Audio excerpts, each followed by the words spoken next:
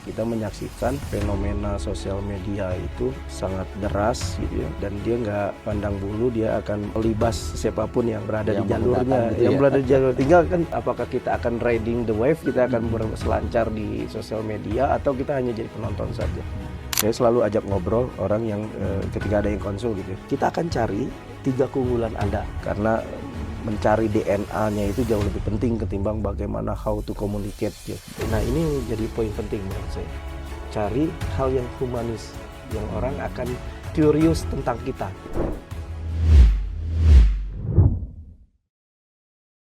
Bismillahirrahmanirrahim. Assalamualaikum warahmatullahi wabarakatuh. Sahabat lewat jam kerja. Hari ini kita akan ngobrolin terkait tentang personal branding. Kita melihat bahwa sosial media sesuatu yang tidak bisa kita hindari. Ada Facebook, ada IG, ada X, ada YouTube gitu ya. Dan ini menjadi tools ya, menjadi tools yang bisa leverage kita sebagai karyawan, sebagai tokoh masyarakat, sebagai pekerja sosial, apapun gitulah ya. Ada hal-hal positif yang kita bisa gunakan, salah satunya dengan sosial media. Tentu kalau kita misalnya ingin menaikkan, bisa dengan sosial media untuk personal branding kita. Dan kita hari ini sudah kehadiran narasumber kita, Kang Arif Suryawan. Assalamualaikum. Waalaikumsalam. Sehat ya, Kang Arif, ya? Alhamdulillah. Kang Arif ini ternyata sedang menyelesaikan disertasi S3-nya di Telkom University. Lancar-lancar mau nggak nih, Kang Arif? Alhamdulillah, so far so good. Dan praktisi juga ya? Yes, praktisi digital marketing. Oke, Kang Arif ini kan tadi ya, sosial media sebagai personal branding. Menurut Kang Arif seperti apa? Ya, fenomena itu nggak bisa dihindari, Pak Budi. Saat ini sosial media itu begitu dahsyat gitu, serangan dan serangan juga menjadi implikasi ya tadi dua mata pisau ya. Bisa digunakan dalam kebaikan, juga bisa digunakan dalam musuh-musuh kita gitu, dalam kekuatan-kekuatan yang destruk, yang merusak. Fenomena itu tinggal kita gitu, Pak Bud. Kita sebagai ahli misalnya gitu ya, kita sebagai akademisi, atau kita sebagai praktisi juga, dan termasuk pekerja-pekerja gitu ya, itu bisa jadi tools yang menarik. Pilihannya tinggal kita mau ambil apa enggak gitu, karena gitu ya. Disadari apa enggak ini pasti akan melibas zamannya gitu ya, kira-kira gitu. Jadi kita menyaksikan fenomena sosial media itu sangat deras gitu ya, dan dia nggak pandang bulu, dia akan melibas siapapun yang berada di jalurnya, gitu yang ya. berada di jalur. Tinggal kan tadi kemudian apakah kita akan riding the wave gitu ya, kita akan berselancar di sosial media, atau kita hanya jadi penonton saja. Kira-kira seperti itu. Nah kan kebanyakan malah beberapa gitu ya, maksudnya dari yang kita baca-baca, kebanyakan kini melenakan nih kalau misalnya sosial media gitu. Kita kebanyakan scroll.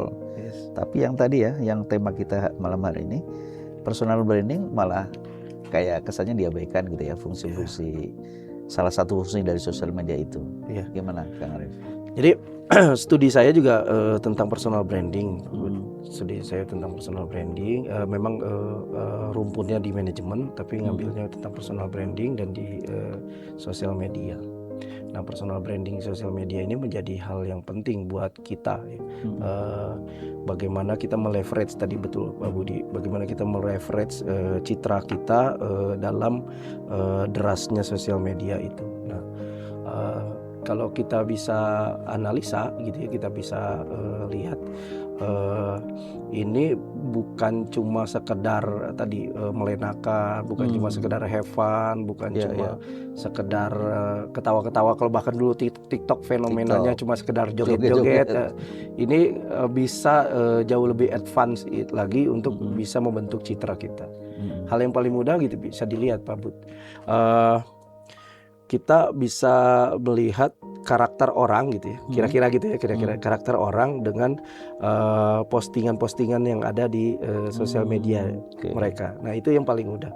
Dan kalaupun misal kita bisa tutup namanya dalam sosial medianya gitu ya, misalnya di Instagram atau apa kita tutup, tapi kita baca atau kita lihat sosial media feeds-nya gitu dia, kita bisa setidaknya gitu kita bisa menanamkan di benak kita, oh karakter seseorang ini nih seperti ini gitu ya. Nah itu yang perlu kiranya gitu ya, kalau kita ingin menaikkan di sosial media, kita perlu untuk memfilter, memilah dan memilih kira-kira feeds mana yang cocok yang akan ngebentuk karakter kita.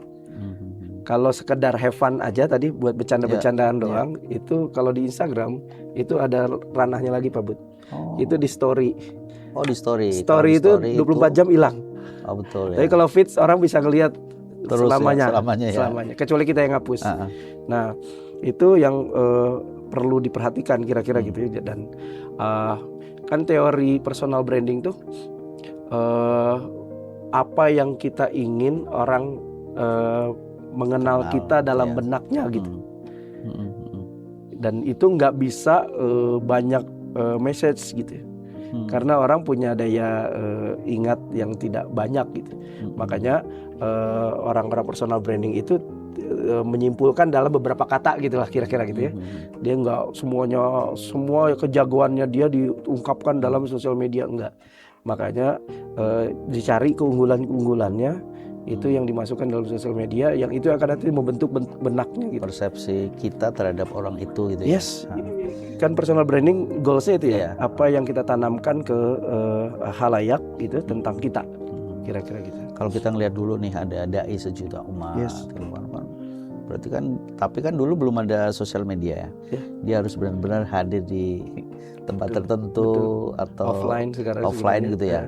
Ini kan sekarang ya seharusnya bisa lebih mudah gitu ya. Cuman apa ya, maksudnya kesulitan apa yang harus kita bangun di awal untuk bisa membentuk ini tadi personal branding yang baik gitu. Nah ini saya ini bercerita Pak Bud. Jadi pernah diminta ngisi ke pelatihan para dai gitu ya, pelatihan para dai. Jadi juru-juru dakwah saat ini tentang fenomena sosial media gitu, kira-kira gitu ya. Dan dia ya punten ya rata-rata ya tadi dai-dai yang belusukan dari kampung ke kampung gitu, belusukan dari satu daerah ke daerah lain. Dan dia konvensional sekali, dia belum menggarap sosial medianya. Dan saya tanya itu karena audiensnya banyak dan para dai gitu ya, para dai yang akan dikirim ke daerah. Pertanyaan saya simpel, pertanyaan saya, ustadz mana gitu ya, para dai, di antara para dai mana yang audiensnya paling banyak? Kira-kira gitu ya. Terus jamaahnya nanya, ketika Bapak ceramah, siapa yang audiensnya jamaahnya paling banyak? Ada satu yang nunjuk 1.000 gitu, ada yang satu saya pernah di lapangan besar hampir 5.000 gitu. Oke. Pak, Bapak ceramah di sana itu berapa kali maksudnya? Seberapa sering? Kan nggak tiap hari dia segitu gitu ya, kira-kira gitu. Udah gitu pertama, yang kedua effort berapa sampai dapat itu gitu kira-kira. Dan mereka juga mikir lagi, oh iya ya, itu effortnya juga panjang gitu prosesnya ke sana. Nah tapi saat ini gitu, kita masuk ke ranah sosial media, kita bisa mengamplifikasi kebaikan-kebaikan kita. Dan uniknya sosial media Pak Bud, itu karakternya terbatas hanya maksimal 1-1,5 menit Pak Bud. Potongan-potongannya, potongan-potongan video-video pendek itu, video-video pendek yang tadi kita anggap seruan-seruan kebaikan itu dalam sosial media 1-1,5 menit. Karena di atas 1,5 menit udah orang sudah bosan. Ini ya, orang udah bosan ya. Udah bosan. Dan sekarang ada fenomena scroll kan. Jadi kalau udah itu dia skip. Nah, tapi ketika itu menarik bagi mereka, itu akan banyak orang yang research, bahkan bisa jutaan gitu. Bayangkan effort yang tadi dia dalam satu lapangan besar 5.000, 1.000 gitu ya, dengan effort yang dia keluarkan begitu besar dan bisa bertahun-tahun dia mencapai itu. Tapi dengan potongan-potongan itu bisa dengan cepatnya viral misalnya gitu ya, bisa disaksikan orang. Dan kalau misalnya anggaplah itu sebagai sebuah amalan, berapa banyak amalannya ketika Terus seruan menyebar gitu ya. kebaikan, Share. betul. Dan itu yang selalu saya bilang. Dan akhirnya mereka mikir, oh iya ya ternyata tidak cuma melulu saat ini di dunia offline, online pun harus dirambah. Dan fenomena itu kalau Pak Budi menyaksikan munculnya itu potongan-potongan ceramah dari dulu Ustadz Abdul Somad gitu ya. Dimunculkan lagi. Iya Ustadz Abdul Somad. Saya juga sering dengar Ustadz ini siapa? Zainuddin MZ tuh. Zainuddin MZ, Ustadz Adi Hidayat, itu kan hanya potongan-potongan kan. Jadi beliau awal populernya Ustadz Abdul Somad itu beliau ceramah di Riau kan, di wilayahnya, ceramahnya dalam bentuk panjang dipotong-potong sama kreator itu, dimunculin dalam 1 menit, 1 menit, dan itu akhirnya mempopulerkan beliau kan, akhirnya beliau seperti saat ini gitu. Nah itu yang menurut kita harus ambil bagian.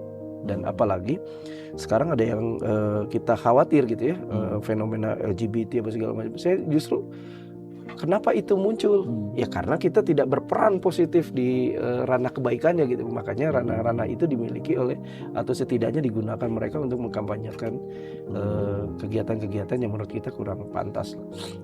Oke. Berarti memang agar kan gini ya, maksudnya sosial media sudah ada. Ya. Audiennya juga cukup banyak ya, luas gitu ya, nggak terbatas. Tapi kan audien ada pilihan-pilihan, mana yang menarik buat dia, mana yang tidak, maksudnya mana yang bisa berhenti scroll dan tidak gitu ya. Kan berarti para ASN, pekerja, filantropi atau tokoh masyarakat kan perlu bisa menguasai secara teknis juga nih, Kang Arif ya. Dan karakter sosial media itu masing-masing beda, Pak Bu. Karakternya beda, audiensnya beda. Dan treatmentnya juga beda. Kita nggak bisa mengeneralisasi kita nih nanti di sini gitu, atau kita seperti apa kita diterima bisa banyak audiens gitu, enggak. Saya dulu pernah membelah dalam bedahan saya Facebook itu, Pak Bud, secara usia itu usia Pak Budi yang dewasa. Sudah mature. Dia biasanya berkumpul di Facebook itu buat reuni SD, reuni SMP, reuni SMA, betul ya. Jadi untuk merambah teman-temannya dia yang tidak dirambah dalam dunia offline gitu biasanya. Dan itu digunakan oleh orang-orang yang mature. Pakai Facebook ya. Pengguna Facebook. Dia punya karakter yang seperti itu. Nah, kalau Instagram itu lebih moderat, lebih tengah, agak muda dikit. Yes, dan dia lebih young gitu ya. Nah, lebih young lagi si TikTok. Apa TikTok? TikTok itu mulai dari SD sampai anak-anak kuliahan gitu itu memakai TikTok gitu. Nah, kalau X, kalau dulu Twitter kita menyebutnya itu terlalu akademis karena dan banyak ini ya. Betul, dan dia hanya kita menyebutnya berkata-kata, berretorika gitu ya. Itu tidak menarik bagi anak-anak yang lahir kemarin gitu, yang anak-anak ya. Makanya audiensnya akhirnya terbentuk sendiri. Nah, dari itu kita punya treatmentnya masing-masing gitu. Ini sebagai contoh, Pak Bud. Saya pernah mendampingi salah satu kandidat dalam kontestasi gitu ya, salah satu kandidat dalam kontestasi. Kita mau coba ada istilah di sosial media itu engagement atau keterikatan dengan audiens. Kita ini men-trial ini, dan ini akhirnya proven. Saya men-trial salah satu kandidat yang kita usung personal brandingnya. Datang ke upacara pernikahan. Upacara pernikahan. Nah, terus captionnya kita tulis, Pak Bud, siapa yang akan saya hadiri pernikahan, ketik di bawah. Kan biasanya suka gitu ya. Oh, jadi mancing inilah ya. Ya, kita coba engage dengan audiens. Akhirnya kita sebar, Pak Budi, ke TikTok, ke Facebook, sama ke Instagram ya. Karena kita nggak mainin di X ya. Kita sebar ke situ dengan konten yang sama, dengan caption yang sama. Siapa yang akan saya hadiri di upacara pernikahannya, komen di bawah, gitu kira-kira ya. Nah, ini bukti atau proven yang tadi karakter yang saya jelaskan. Di Facebook, Pak Bud, nulisnya, Bapak nanti datang ya di upacara pernikahan anak saya. Oh, Berarti itu dewasa kan? iya. Itu udah bapak-bapak, Udah bapak-bapak anak-anak nih. anaknya mau nikah gitu ya. Ah. Bapak nanti datang ya Pernikahan saya anak undang di ah. pernikahan anak saya. Itu Facebook. Ah. Instagram, Pak nanti datang ya di pernikahan saya. Oh. Berarti usia-usia, dianya masih muda ya. nih. Berarti dia menjelang menikah. Ah. Ada yang komen gitu. Nah, di TikTok, Pak, saya masih lama. Berarti kelihatan itu terfragmen dengan sendiri dan audiensnya itu Iya, iya. jarang beririsan. Jarang beririsan Yes. ya. Anak-anak sekarang mungkin kita punya anak usia SMA, SMP, kita tanya tentang Facebook, dia tidak aware dengan Facebook. Kurang-kurang ini ya. Yes. Mungkin kita ya yang banyak irisan ya, kita main di TikTok juga misal Di Facebook juga, di Facebook IG juga. dan yang terlalu old gitu, oldies ya, tentu dia tidak akan bermain di TikTok gitu. Apaan sih ini konten receh gitu Bu Hasim. Nah, konten-konten receh itu yang sekarang menarik Pak Budi. Jadi makanya Hal sederhana betul, gitu saya nggak bilang orang itu harus ngomong yang berat-berat gitu, enggak. Justru di sosial media segala macam itu ngomong yang fun, ngomong yang karena kan biasanya nah ini ada masanya, ada durasinya. Orang-orang menikmati sosial medianya itu pagi, siang, sore. Pagi kadang pas lagi mau berangkat kerja gitu ya, sarapan gitu ya. Atau di perjalanan. Ada yang dia naik transportasi umum atau dia nyetir tapi sambil gitu ya. Dan dia menikmati itu gitu ya sebagai momen dia untuk menghadapi hari lah kira-kira gitu ya. Siang istirahat dan sore pulang kantor gitu ya. Sampai jam 9 Pak Bud. Jam 9 tuh orang menjelang tidur. Menjelang tidur nyekrol kan biasanya gitu ya. Sekarang fenomena gitu. Dan itu 3 waktu prime time orang untuk posting. Saya sarankan ketika dia aktif di sosial media, di 3 waktu itulah waktu prime time dia untuk posting.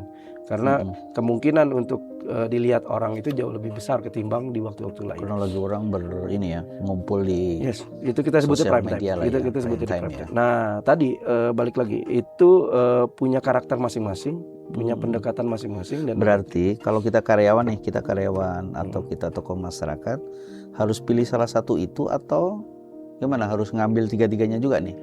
IG-nya, Facebook-nya, TikTok-nya itu. Ya, kalau karakter yang menarik gitu ya, karakter yang menarik itu bisa membelah dengan pendekatan sosial medianya.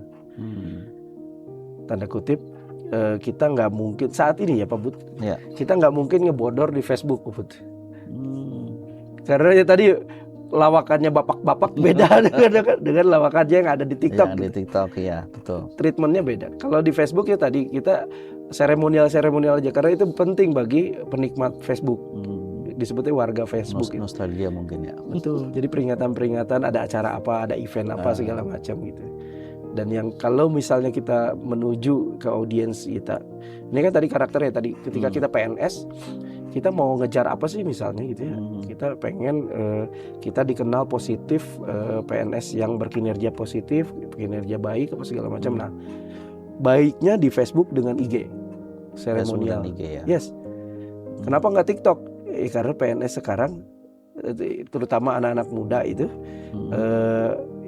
nggak sebesar 2 audiens tadi.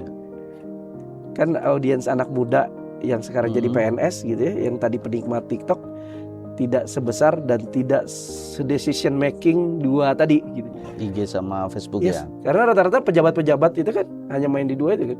Jarang kita lihat eselon-eselon itu main di TikTok kan, kecuali sedikit.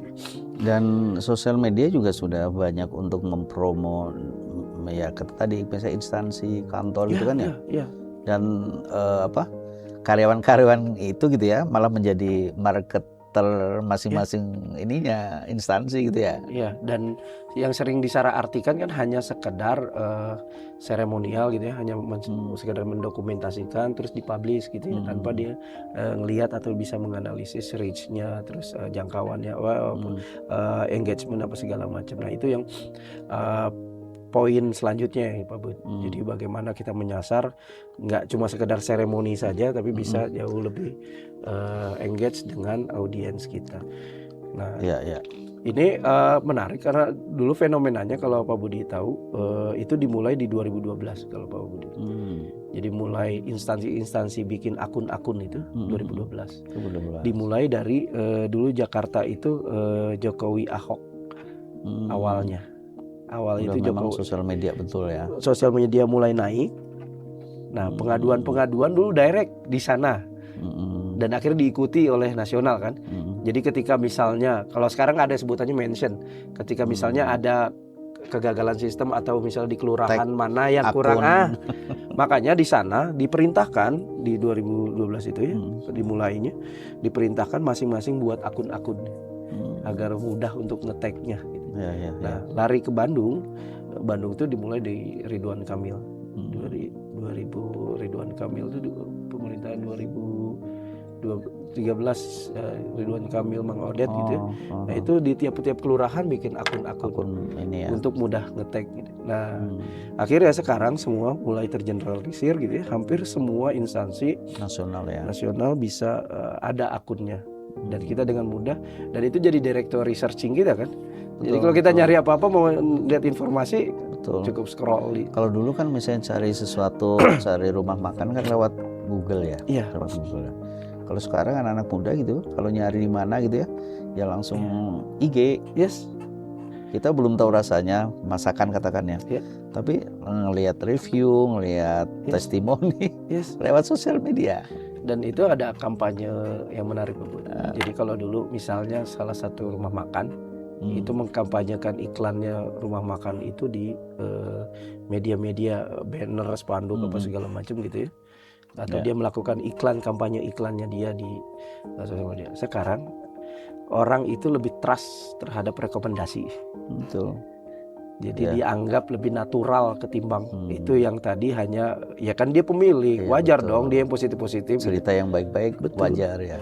Tapi ketika misalnya ada rekomendasi ini makanan yang enak di Bandung misalnya versi saya gitu kan, orang lebih interest dan itu disadari apa enggak itu ada yang memang natural, ada yang dibayar, endorser dan itu yang berbiaya, maksudnya si pemilik usaha rela mengeluarkan itu untuk sekedar dapat rekomendasi.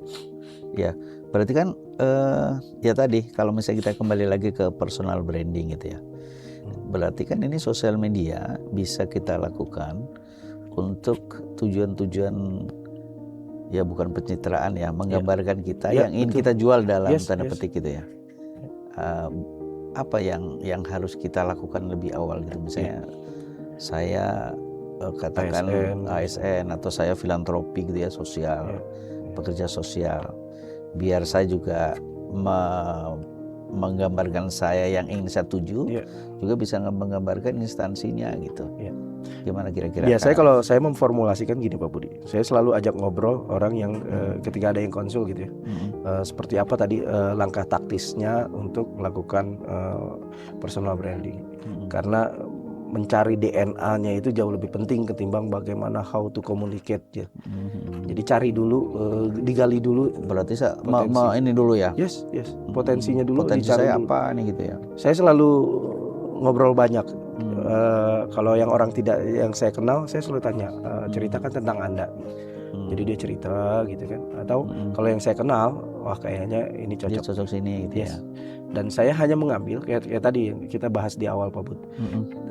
Para komunikator ulung itu tidak menyampaikan semuanya sebagai kekuatannya. Karena audiens yang kita tanamkan itu punya daya ingat yang pendek. Makanya mending sedikit tapi tajam ketimbang banyak tapi orang dia ngomongin apa sih gitu kan, pasti akan berpikir gitu. Nah saya selalu menyimpulkan kita akan cari 3 keunggulan Anda, saya bilang gitu. Coba ceritakan tentang Anda. Oh ketika dia ngomong kuliahnya gimana? Oh kuliahnya sampai S3. Oke, berarti Anda terkenal sebagai akademisi. Kenapa? Karena kuliah Anda udah S3. Oke, itu satu misalnya akademisi. Yang kedua apa? Oh saya berprestasi misal di bidang lingkungan hidup. Saya punya penghargaan bla bla bla bla bla gitu kan. Oke, berarti Anda bisa dikenal sebagai aktivis lingkungan hidup.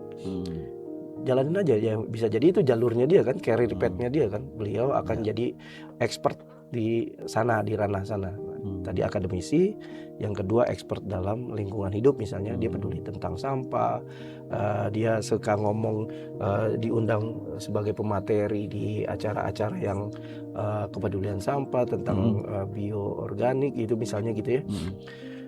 Nah yang ketiga apa? Mau dicari, nah ini yang jadi poin penting menurut saya. Cari hal yang humanis, yang orang akan curious tentang kita. Bisa dari sisi keluarga gitu. Ya, misalnya dia, makanya itu pendekatan personal branding, dia dulunya anak yang tidak mampu gitu kan. Itu hal-hal yang humanis yang dimunculkan kan. Dia dulu hanya sebagai penjual pisang goreng, sekarang berhasil di tengah kota gitu.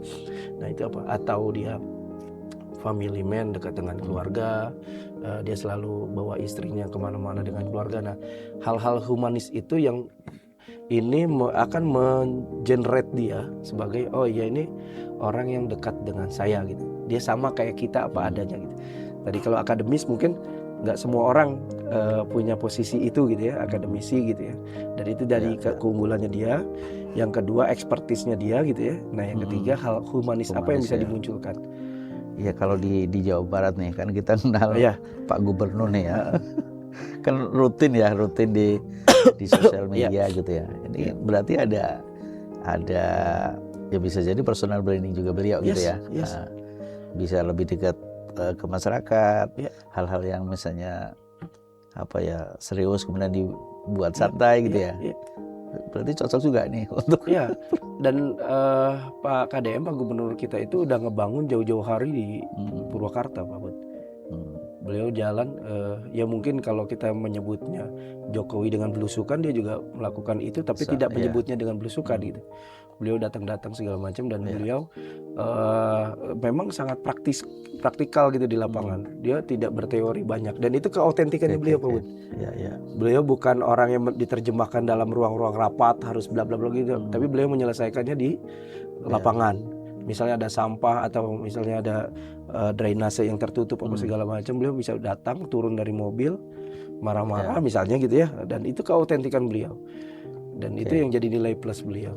Berarti kan personal branding seharusnya juga mendukung kinerja sebenarnya tidak kemudian hanya tadi pencitraan yang kemudian konotasi misalnya negatif gitu ya.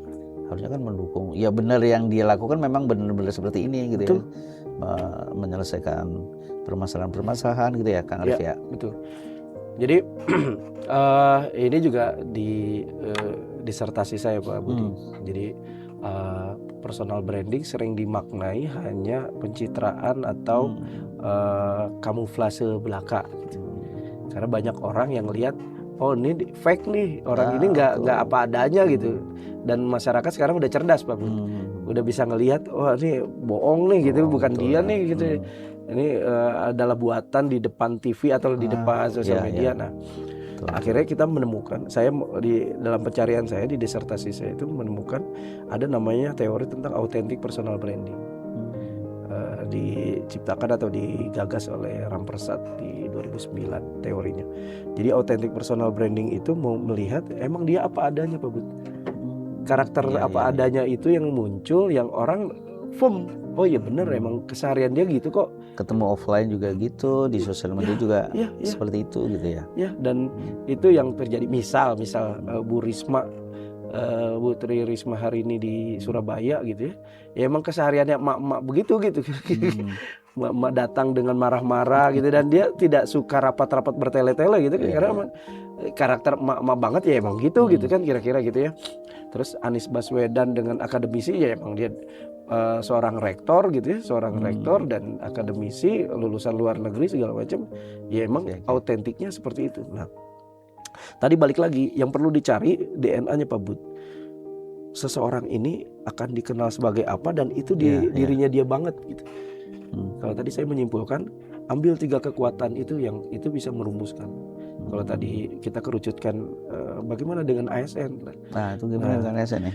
Tadi kita bisa cek kemungkinan karir path mana yang kira-kira nanti dia akan tuju, disesuaikan nggak dengan karakternya dia gitu. Misal bisa jadi dia saat ini ada di dinas lingkungan hidup gitu. Tapi secara karakternya dia bukan di dinas ini nih misalnya gitu ya. Ya berarti tinggal dibangun karakter dia yang apa adanya dia dulu. Yang nanti bisa jadi dari sosial media itu orang berkembang, kayaknya nih lu salah tempat ya, belum bukan di sini deh gitu kira-kira ya. Jadi kayak dengan kepeduliannya dia itu misal dia ini bagusnya di dinas sosial nih gitu ya misalnya. Ya, bosnya melihat pimpinannya bisa melihat itu karena dia ngebangun bagaimana dia ngebangun diri dia di lingkungan, charity-nya positif segala macam kayak tadi kan yang humanisnya dimunculkan. Ya.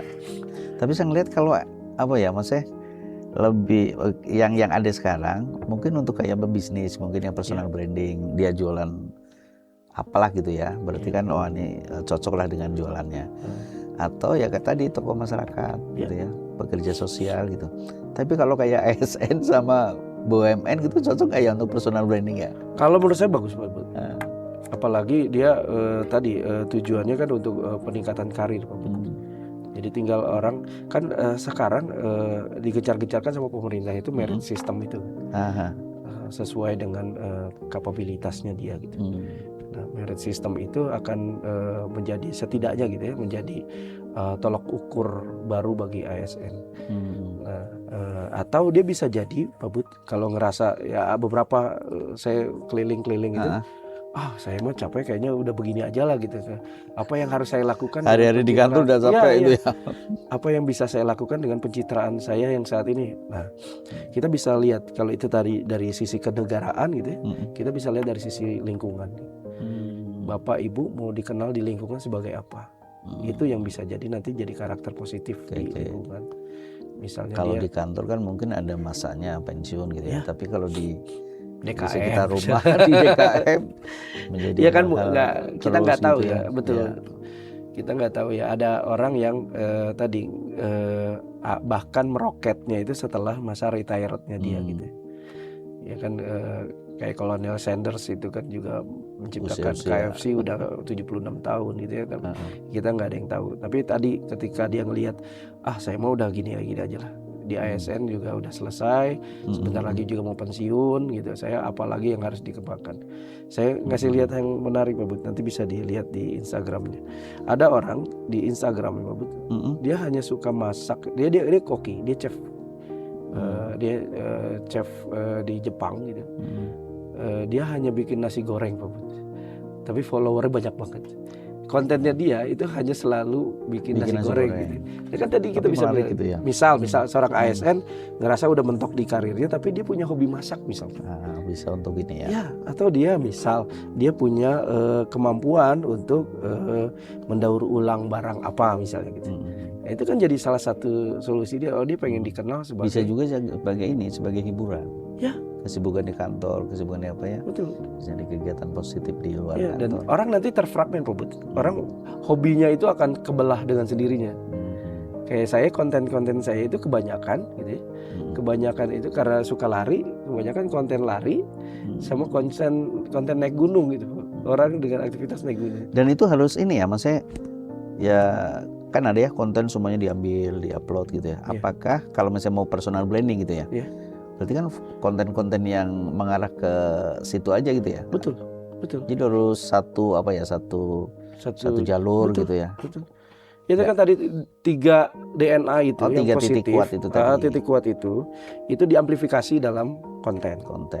Jadi nanti dia akan masuk ke dalam algoritmanya gitu. Jadi misal kayak tadi saya peduli lingkungan hidup gitu kan. Seperti itu terus ya yang ini dia ngomong yang apa yang dia ucap itu peduli lingkungan hidup gitu ya. Dia memperbaiki lingkungan, dia ngomongin tentang sampah. Jadi orang kenal juga ya memang Bapak ini kebakaran di lingkungan gitu ya. Dia punya keahlian di situ dan dia pantas di situ, dia sering diundang jadi pemateri di situ misalnya kan. Dibangun keahlian di situ. Nah, itu yang bisa jadi positif. Di sosial media itu punya karakter masing-masing. Jadi itu yang harus dipahami.